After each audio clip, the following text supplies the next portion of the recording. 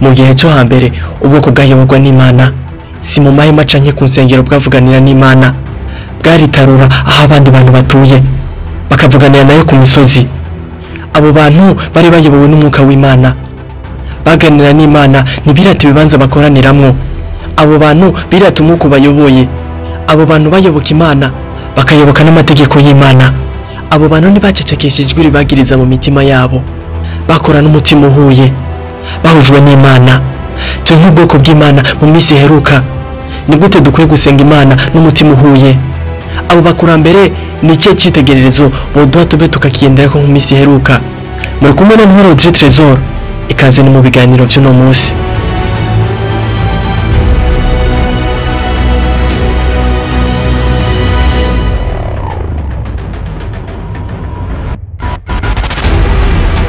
Mu bihe vyo hambere tubona abasenga Imana basengera Imana ku musozi.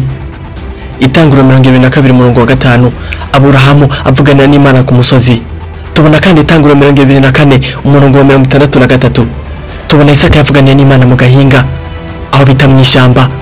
Itanguriro 32:9 tubona Yakobo yavuganiye n'Imana mu gahinga aho bita mu ishamba. Abantu b'Imana mu bihe bishize wari umugenzo ko batangira ibimazi ku musozi. Itanguriro 22:9 Aburahamu atangira ikimazi ku musozi. Tubona mu gihe cya Isirayeli kuva 26 uhereye ku murongo wa mbere, Abisirayeli bamaze kubaho, Imana yategetse ko Abisirayeli bagomba kubaka ihema. Aho ni Imana yagomba kuvuganira n'ubwo bwoko. Iryo hema bubatse ryari rifise ibihimba bibiri, ryari rifise igihimba cy'ahera n'ahera cyane. Ukicinjira mu irembo ry'uruzitiro rwaho washikira ku gicaniro cy'ibimazi. Mbere y'icyo gicaniro habaye igikarabiro. Urenganye igikarabiro washikira ihema. Iryo hema ryakoreramwo abaherezi. Abo baherezi nibo bahuza umuntu n'Imana, bagatanga ikimazi gishobora gutuma abo bantu bababarirwa ibyaha byabo.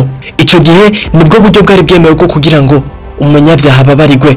Byasaba ko yenda guca ku muherezi kugira ngo ababarirwe ibyaha vyiwe.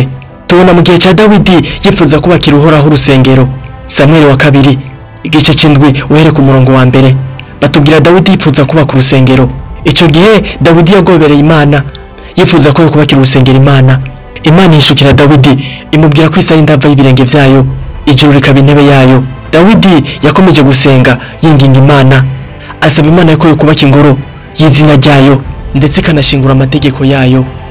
Ariko Imana ntiyemerera Dawidi ko ari we yubaka urusengero, imubwira ko umwami azokurikira ari we azoyubaka, umuhungu wa Dawidi ari we Salomo. Mu Bami ba mbere igice cya 5 uhereye ku murongo wa mbere batubwira Salomo ingene yagiye imigabo yo kubaka urusengero. Uyu Salomo yari yasigaranywe iragina se ryo kubaka urusengero. Ubwo rusengero cyo kubaka rwasa na rya hema, rwo rufise igihimba cy'ahera n'ikindi gihimba cy'ahera cyane. Mbere y'urwo rusengero hari yubatswe ico bita urubaraza. Abami ba mbere igice cya 6 umurongo wa 3 mbere y'urwo rubaraza hari igikarabiro. Mbere y'icyo gikarabiro hari igicaniro cy'ibimazi. Aho ni ubwoko bwa mbere bwavuganira n'Imana n'umutima uhuye ndetse bakanababarirwa ibyaha byabo. Tubona urusengero rw'urugabuyemo ibice bibiri, hari igipande cy'ahera n'ikindi gipande cy'ahera cyane. Igipande cy'ahera cyarimo imeza y'imitsima, igitereko kw'amatara ndwi, kikabamo n'igicaniro cy'imibavu. Ibyo bikoresho nivyo byari byuzuye ahera. Tubona ahera cyane hari isanduku y'Uhoraho. Iyo sanduku yari ibitse amategeko y'Imana. Iruhande y'iyo sanduku hari igitabo kirimo amategeko ya Mose. Ahera cyane kandi hari n'inkoni ya Aroni. Salomo amaze kurangiza urwo rusengero, tubona mu Bami ba mbere igice c'9 Imana imwemera kweza urwo rusengero, ariko imuha amategeko. Usomye guhera ku murongo wa 1 kugeza kuri 9, Imana yabwiye Salomo ko naramuka yitaye canke Abisirayeli bakayita, Imana izoshibura urwo rusengero ntigongere kuyiba mu maso. Abisirayeli babaye intagondwa mu bihe byashize, bagiye bata Imana, bagiye bibagirwa ivy'igicaniro, basenga izindi mana, bayoboka imana zibajwe, imana zibumbwe. Abisirayeli babaye intagondwa mu bihe byagiye bitambuka. Yeremiya igice c'indwi umurongo wa 14 wa 15 tubona Abisirayeli bahanuriwe kugaruka ku Mana. Imana ibereka yuko ingoro yayo izoyishibura ngo ive mu maso. Abisirayeli bwari ubwoko bwakora ibyaha bugakomeza kwirata urusengero, bugakomeza kwirata ko ari ubwoko bwatoranijwe. Ingoma za kabiri igice c'indwi uhereye ku murongo wa 22. Imana yakomeza kandi kubwira ubwoko bw'Abisirayeli yuko iyo ngoro Imana izoyishibura ngo ive mu maso. Yeremiya kandi 23 umurongo wa 39. Abisirayeli bari barahanuwe kugaruka ku Uwiteka ariko bakamika amazosi banka kumvira Imana. Tubona mu bihe byagiye bitambuka Abisirayeli bagenda bata Imana bagata n'igicaniro cayo c'ibimazi. Ingoma za kabiri gice ca 15 umurongo w'8 tubona igicaniro c'ibimazi congera kuba ku mbere y'urubaraza gubatswe imbere y'ingoro. Ingoma za kabiri gice c'8 umurongo wa 12 tubona kandi igicaniro naho nyine carongewe kubakwa. Igicaniro nibwo buryo Imana yari yemeye kugira ngo babarirwe ivyaha vyabo. Abagikora ko nyene bashushanya Yesu. Ikimazi cashushanya Yesu yagomba kuza kudupfira kugira ngo ivyaha vyacu bibabarirwe. Yesu yaje kugira ngo icari gitutu c'ivyari birariye kuzoba birangire. Mbega ubu nihe tugomba gusengera yemerwa n'Imana. Muri Luka igice ca 1 umurongo wa 22 tubona Zekariya umuherezi yarahera ari guhongera ivyaha vy'ubwoko bw'Abisirayeli. Uyu mugabo avuganirayo n'Imana. Uyu mugabo kandi ni wese wa Yohana umubatizi. Tubona igihe Yesu yavugana n'umusamariyakazi. Ubutumwa bwiza bwa Yohana igice ca 4 wari ku murongo wa 1 kugeza ku 24. Yesu yasanze umusamariyakazi ari kuvoma, asaba ngo umusamariyakazi amuha amazi. Umusamariyakazi bimutangaza uburyo Yesu ari umuyuda amusaba amazi. Ubu bwoko bwari bwaracanyemwo bivanye nuko Abasamariya bari barivanze n'ubundi bwoko, bituma atacitwa ubwoko bw'Imana, bituma kandi batandukana n'ubwoko bw'Abisirayeli. Ubu bwoko bwari ubwoko bwahoze bunenana. Ico gihe umusamariyakazi atangazwa n'uburyo Yesu amusabye amazi. Yesu amubwira ati, iyo abaruzi umuntu agusaba amazi si wowe yamuhaye ahubwo ni wowe yamusavye kuko atanga amazi y'ubugingo buhoraho. Uwo musamariyakazi byaramutangaje kuko iryo riba barivomamwo amazi yari riba basigiwe na sekuruza Yakobo. Umusamariyakazi abwira Yesu, mu byo gushobokera gute kugira ngo utange amazi y'ubugingo utagira icyo uvomesha amazi? Uwo musamariyakazi yari yiteze ko Yesu ari buvoma amazi ngo bari yamuha. Abwira Yesu ngo mpase kuri ayo mazi y'ubugingo. Yesu amubwira ati, mbere yuko ndaguha amazi y'ubugingo genuzanire uwo mubakanye. Uwo musamariyakazi yishura Yesu ko atawafise bubakanye. Yesu amubwira ati, nka kuvuze neza barya abagabo bose ufise nta n'umwe wawe arimwo. Umusamariyakazi atangazwa n'uburyo Yesu amubwiye ivyiwe, maze amenya ko Yesu ari uvugishwa n'Imana. Muri Yohana igice ca 4 umurongo wa 20 umusamariyakazi yabwiye Yesu ko Abayuda bishimiriza ko Yerusalemu ari ahantu ho gusengera gusa. Abwiye Yesu ko abambere bahoze basengera ku musozi. Uyo musozi warutuye haruguru y'iryo riba uwo mugore yari karavomerako. Yohana igice ca 4 umurongo wa 23 Yesu abwira umusamariyakazi ko igihe kigiye kuza abasenga data mu mpwemu no mu kuri batazoba gisengera ku musozi canke Yerusalemu. Yerusalemu hari mu rusengero.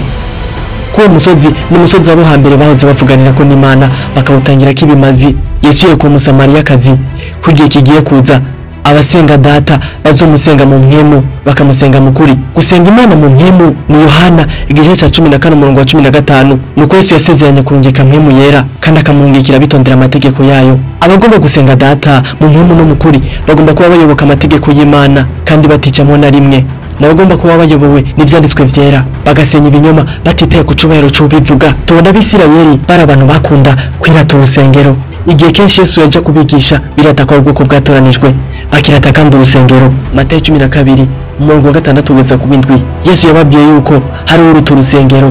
Ntivyari bikwiye ko bakomeza kwirata urusengero kandi ko bakomeza kwirata ko ubwoko bwatoranijwe, ahubwo bagomba kumva amajambo avugwa na Yesu akaba ariyo bakurikiza. Abaherezi n'abafarisayo base Yesu bamwankisha n'Abayuda. Tubona muri Mariko igice ca 11 kuva ku murongo wa 15 kugeza ku 29 Abisirayeli urusengero bari baruhinduye isoko barudandarizamwo ibimazi. Abisirayeli bagomba gutanga, bagomba kubigurira abaherezi. Ubwo bari amafaranga kuri za banki z'abaherezi. Ivyo bimazi baguze bakabishira ku gicaniro cy'ibimazi bikarangira abaherezi ari bo babiriye. Ivyakorwa ntivyari bigikorwa hakurikije uko Imana yari yarabitegetse, vyakorwa hakurikijwe ivyumviro vyabo, ubwenge bwabo. Abo bagabo ntibigira biyumvirisha ijambo ry'Imana rivuga kugira ngo barigenderemo, bakomeza kwishimiriza ko ubwoko bwatoranijwe. Muri ico gice nyene Yesu yahinze Abisirayeli bacururiza muri urwo rusengero, ababwira ngo inzu ya data mahinduye idandarizo. Abisirayeli bagize ubwoba bibaza uwo muntu abasohoye uwo ari we. Yesu asohoka Yerusalemu arara inyuma y'igisagara. Igihe bari kumwe n'intumwa basohoka igisagara, Matayo 21 umurongo wa 18 Yesu yabonye igiti c'umusukoni gifise amababi menshi. Imiterere y'igiti c'umusukoni igihe cyaba gifise amababi menshi cyaba kiri mu bihe byo kwama.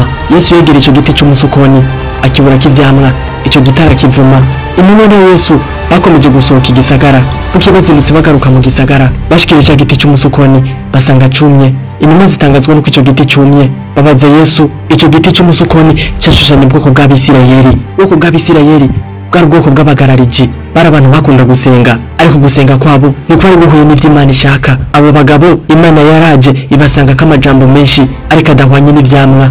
Ivyo vyamwa bari babuze tubisanga mu Bigalatiya igice ca 5 umurongo wa 22 niho batubwira ivyamwa vya mwemu. Abaherezi n'abafarisayo bari ntumva, bari nkabaregwa, bari n'intumwa. Igihe Yesu yasezera urusengero, Mateyo 23 umurongo wa 33 kugeza ku 39, ubwoko bw'Abisirayeli bwari bumaze gutera Yesu umugongo bikwiye. Mateyo 23 umurongo wa 37 kugeza ku 39. Ewe Yerusalemu, ewe Yerusalemu, wica abavugishwa n'Imana ugatera amabuye abagutumwe ko, ni kangahe nagombye gukoranya abana bawe nk'uko inkoko ikoranya imiswi yikoraniriza mu byubi byayo, ntimwakunda.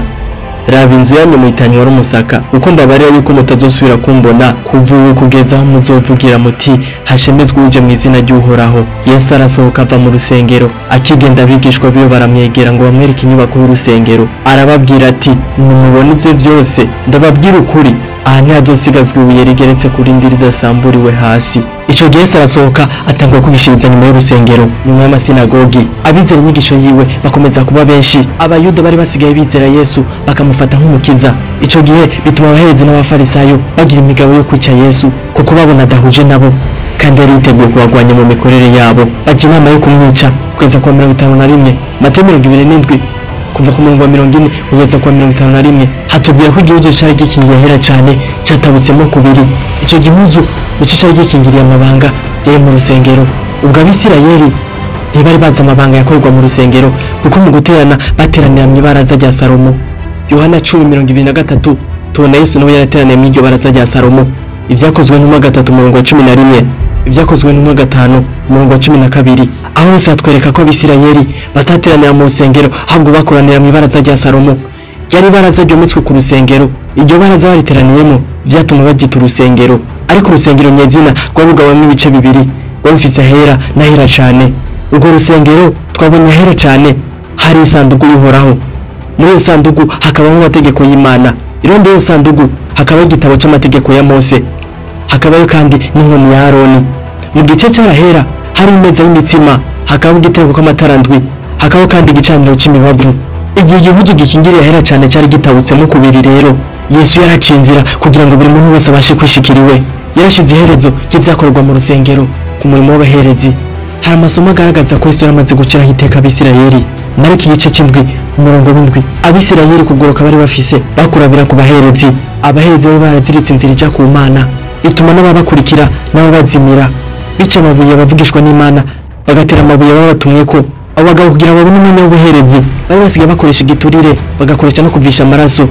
Igihe bagomba gutorwa babona mugenzi we agomba kumurusha amajwi, yahitamo kumwica cyangwa agatanga igiturire kugira yemerwe n'ingoma y'Abaroma. Ubwoko bw'Abisirayeli ntibwari bugitora abaherezi bisunze ivyanditswe, ahubwo bari basigaye batora abaherezi bisunze ingoma y'Abaroma. Uwo Abaroma baba bemeye nibo bashiraho, uwo bataba bemeye ntiyashobora gukora mu muhango w'ubuherezi. Tubona rero isezerano Yesu yadusigaranye. Yohana 4 kuva ku murongo wa 20 kugeza ku 24, Yesu avugana n'umusamariyakazi. Isezerano ry'abo hanyuma, kuko utari gusengera i Yerusalemu cyangwa ku musozi, ariko abagomba gusenga Imana ntibyarinda kubasaba ko barinda kubaka. Bagomba gusengera Data mu mwemu bisigura bayoboka amategeko y'Imana. Ni Yohana 14 umurongo wa 15. Abafise mwemu yera bagomba kuba bayoboka amategeko 10. Igihe cyo gusengera ku misozi rero ni Yerusalemu ahitwa mu rusengero byari birangiye. Umuntu agomba gusenga Imana yemewe nayo, agomba gusenga ayobowe na mwemu yera kandi agasenga mukuri. Mukuri ntavuga ijambo ry'Imana batagoroka ibyanditswe byera, ahubwo bagendera kuri handitswe ngo ibyo kuba ku rushengero ariko rwashushanya ihema rwari rufise ahera na hera cyane, ibyo kubaka ibicaniro by'ibimazi hakabaho n'abaherezi. Abikolosayi igice cya 2 umurongo wa 17 haratubwira ngo ibyo byari igitutu cy'ibyari biraririye kuzoza, ariko umutumbu bwawo ni uwa Kristo. Dusomye kandi mu Baheburayo igice 8 kuva ku murongo wa 5 kugeza ku wa 13 haratubwira ngo kandi abo bakorera igishushanyo n'igitutu c'ivyo mw'ijuru nk'uko Mose yabwiwe n'Imana agira akoresha rya hema. Itugire umwete wo gukoresha vyose ubigereranye n'ikigereranyo werekewe kuri wa musozi. Ariko none igikorwa nahawe kiruta icabo kuba ciza, nk'uko ari umuhuza w'isezerano riruta iryabo, kuko ryashizweho n'ivyasezeranywe biruta ivy'iryabo. Iyo ryarindi rya mbere ritaba ko agasembwa, ntihari hakwiye kuronderwa irindi, kuko yavuze ibagaye iti imisi igirize ni jewe Uhoraho mbivuze, aho nzosezeranira isezerano risha n'umuryango w'Abisirayeli n'umuryango wa Yuda, ridahwanye n'isezerano nasezeranye na ba sekuruza ku munsi nabafata ukuboko nkabakura mu gihugu ca Egiputa, kuko batagumye mu isezerano ryanje, nanje sinabababara, ni jewe Uhoraho mbivuze, kuko iri ari ryo sezerano nzosezerana n'umuryango w'Abisirayeli. Hanyuma y'iyo minsi ni jewe Uhoraho mbivuze, nzoshira ivyagezwe vyanje mu bwenge bwabo no ku mitima yabo, kandi niho nzovyandika. Nanje nzobabera Imana, nabo bazoba abantu banje. Kandi ntibazokwigishanya ngo umuntu wese yigishe mugenzi we, canke ngo yigishe uwo bavukana ati menye Uhoraho, kuko bose bazonyimenyera, uhereye kuri nyarucaro ugashitsa kuwuhambaye muri bo. Ubwoko bw'Imana bwo mu misi y'imperuka bagomba gukorera Imana biyobowe n'amategeko yayo. Usomye igitabo c'Abaheburayo igice c'9 haratubwira ngo impwemu yera yerekana ko inzira ija hera cane itari bwerekanwe, ihema rya mbere rikiriho.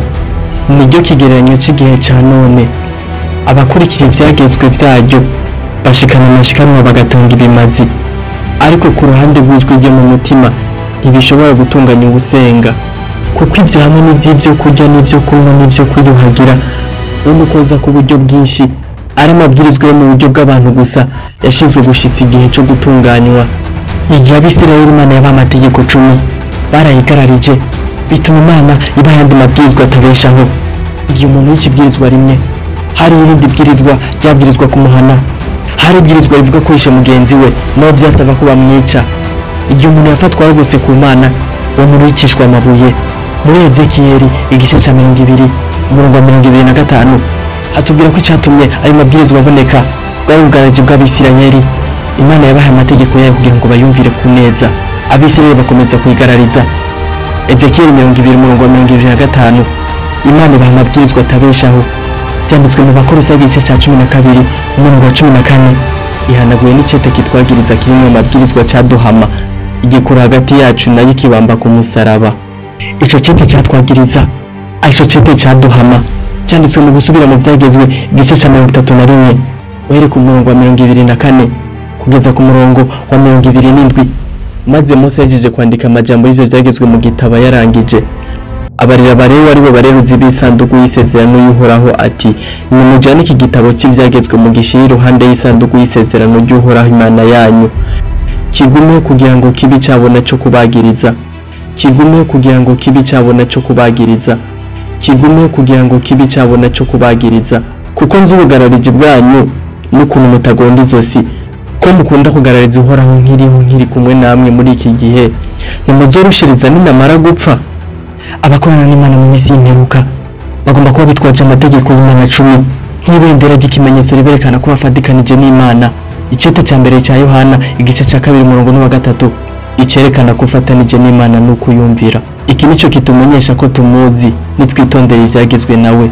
Uvuga ngo ndamuzi ntitondera ivyagezwe vyiwe, numubesha ukuri ntikuri muri we. Abasenga Imana mu misi y'imperuka nitugomba gusenga twishingikirije kubifadika ku nyubako canke n'ibindi.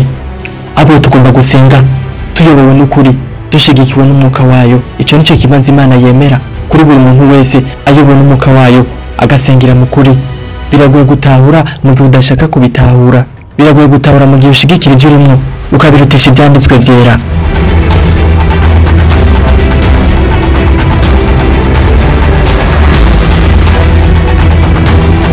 Mwari kumwe n'ababwiriza butumwa bwiza bw'ikanguro n'ubugorozi. Mukeneye ibiganiro nk'ibi mushobora kudusanga kuri Facebook, kuri page yacu yitwa Umuntu Muzima, hamwe no kuri YouTube ku rubuga rwitwa Ikanguro n'ubugorozi. Ikaze ni mu biganiro vy'ubutaha.